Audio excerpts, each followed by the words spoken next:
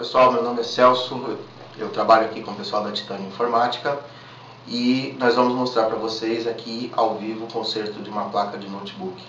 Nós recebemos um notebook STI Toshiba, é o IS1462, e o cliente reclama o seguinte: ele só funciona se estiver conectado a bateria e o carregador ao mesmo tempo.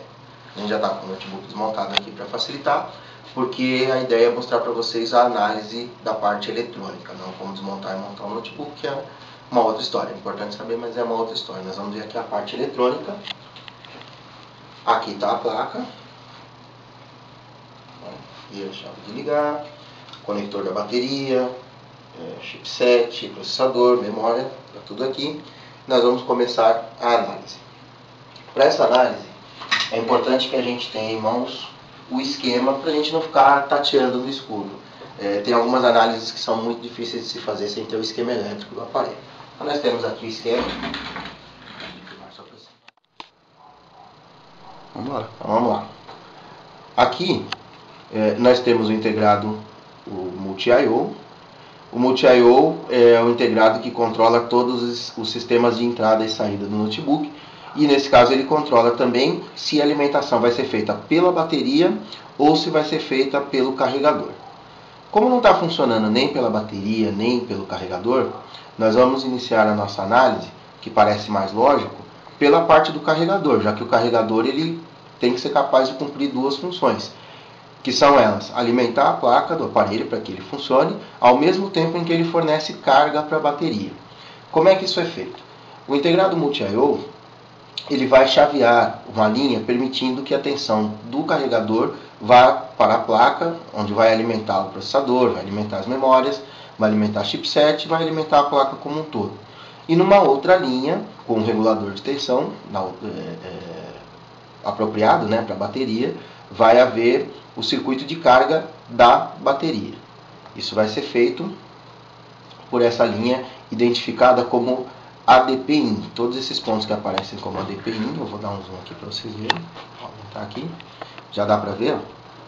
Todos esses pontos que aparecem como ADP-IN significa Adapter In, ou seja, adaptador, entrada do adaptador. O adaptador é o carregador. Tá? O conector do carregador está aqui. Esse é o conector do carregador. Essa é a parte que vai ao terra, com vários capacitores. Observe interessante que, embora seja a ligação do terra, tem vários capacitores aqui ligados também ao terra. Isso para minimizar a possibilidade de ruído, já que a gente vai ter um filtro aqui no caminho. Tá? Um filtro, um choque de radiofrequência, como a gente chama. Todos esses capacitores são para filtrar e diminuir a possibilidade de ruídos. Mesma coisa com esse componente que é o choque de RF. Depois mais capacitor de filtragem, um resistor para manter o circuito sempre fechado, mesmo que não haja consumo na placa, para que não haja o risco da tensão do carregador ficar um pouco oscilante, embora ela seja regulada. E aqui a parte que nos interessa. Nós temos aqui um diodo Zener ligado na linha do carregador. Esse diodo Zener é um diodo de 6,2, está pegando bem aqui, pelo código dele, GLZ 6.2B, é um diodo de 6,2 com capacidade para 20 mA. O que importa aqui é que ele é um diodo Zener de 6,2 e aí vai ligado em série com dois resistores.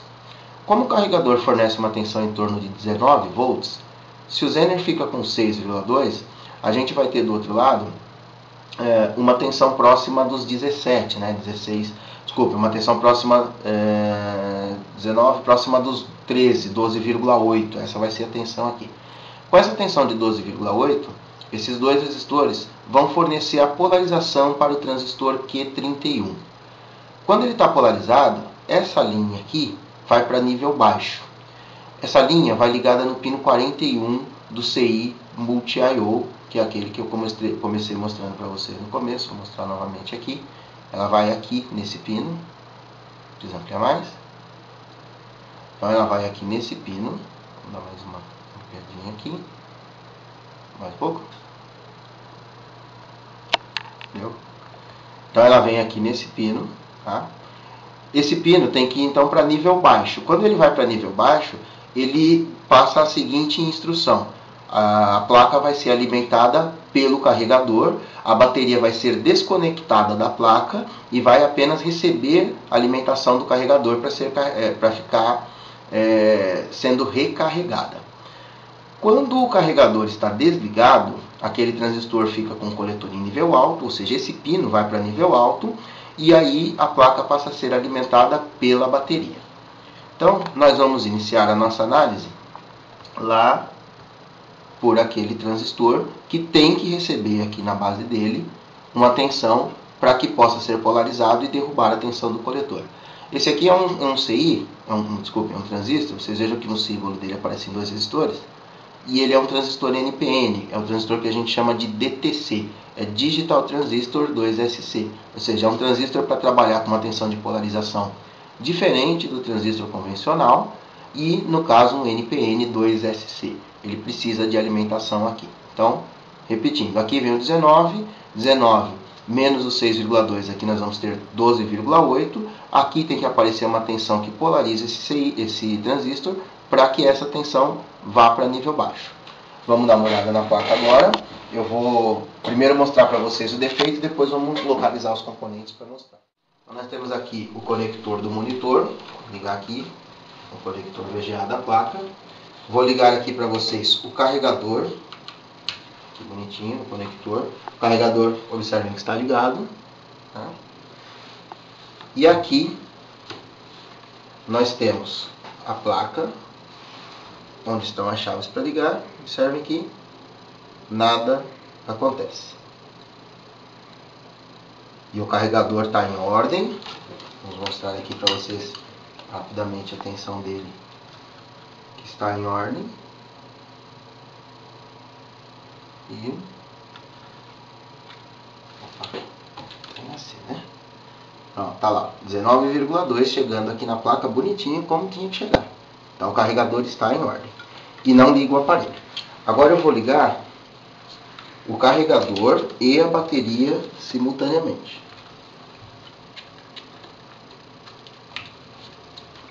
Liguei o carregador e a bateria.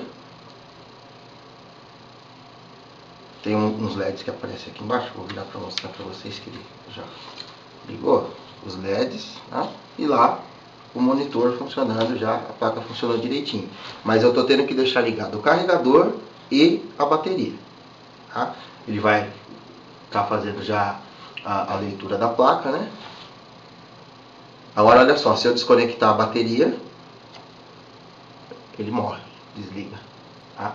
Só funciona se deixar os dois conectados. Tá bom? Então agora nós vamos para a análise dos componentes. Vamos localizar aqui na placa. Essa é uma parte que só com experiência a gente fica rápido e conseguir localizar os componentes. A gente sabe que vai fazer uma análise próximo do conector, na entrada aqui. Então é próximo do conector do carregador que nós vamos procurar esse transistor, que é o Q31. Tá? Esse que aparece no esquema, nós vamos procurar, vamos localizar ali na placa. Tá? Aqui dá para mostrar um pouquinho de longe, para dar um apanhado geral dos componentes. Aqui está o conector de entrada. Aqui nós temos aquele choque de radiofrequência, que é para eliminar ruídos, capacitores em volta.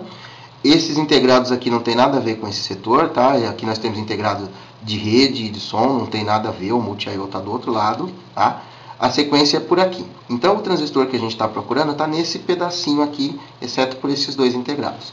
Então aí nós vamos precisar dar um zoom na imagem para poder ver direitinho o transistor, que é esse aqui. Observem aqui na placa Q31, que identifica esse transistor aqui como sendo aquele que a gente precisa analisar agora. O que acontece? Esse transistor com esse formato, esse terminal da frente é o coletor. Dessa posição que a câmera está mostrando, o terminal da esquerda é a base, o terminal da direita é o emissor. Como eu mostrei para vocês ali no esquema, a base tem que receber uma polarização para que o coletor, que é esse aqui, vá para nível baixo, vá para zero. Então vou ligar um terra aqui confiável, esse terra aqui é confiável. Vamos ver o que está acontecendo na base. Estou fazendo a medição da base. Está mostrando 0 ali no multímetro. Ou seja, não está vindo a polarização. Se não está vindo a polarização, esse transistor deve estar cortado e o coletor dele deve estar em nível alto. Aqui é o coletor, observem lá o multímetro mostrando 3,3. Ou seja, ele realmente está cortado e está em nível alto. Isso, para o controle da placa, significa que o carregador não está ligado. E aí é a explicação de por que ele não funcionar com o carregador. Quem tem que mandar a alimentação para essa placa, também para essa base, também como eu mostrei para vocês ali no esquema, é aquele circuitinho onde está o diodo Zener e os dois resistores. O diodo Zener está aqui, D39. Está um pouco sujo aqui, pronto, dá para pegar. D29, desculpa. D29. É esse aqui. O catodo dele tem que estar ligado na linha de 19, e aí observando ali no multímetro ele está mostrando os 19 volts. Como ele é de 6,2, se a gente vai de 19,2 tirar 6,2, vão sobrar exatamente 13 volts, que é o que tinha que ter aqui no anodo, que é o terminal do lado oposto. É esse aqui. Aqui. Pronto. 0. Então, catodo tem os 19, o anodo, onde era para ter 12, tem 0. O que isso significa? Ou o diodo não está deixando a tensão chegar do outro lado, ou alguma coisa que está do outro lado, que está no anodo dele, está matando a tensão. Se a gente observar aqui no esquema, para que vocês vejam aqui de novo, aqui é o anodo, é o ponto que está em 0. A única coisa que está ligada no anodo é o resistor R377, que é um resistor de 39K. O resistor não teria como fazer essa tensão ir para 0 de jeito nenhum. Então a única coisa que sobra aqui, se não for um gato, e a gente espera que não seja, é o próprio diodo estar aberto.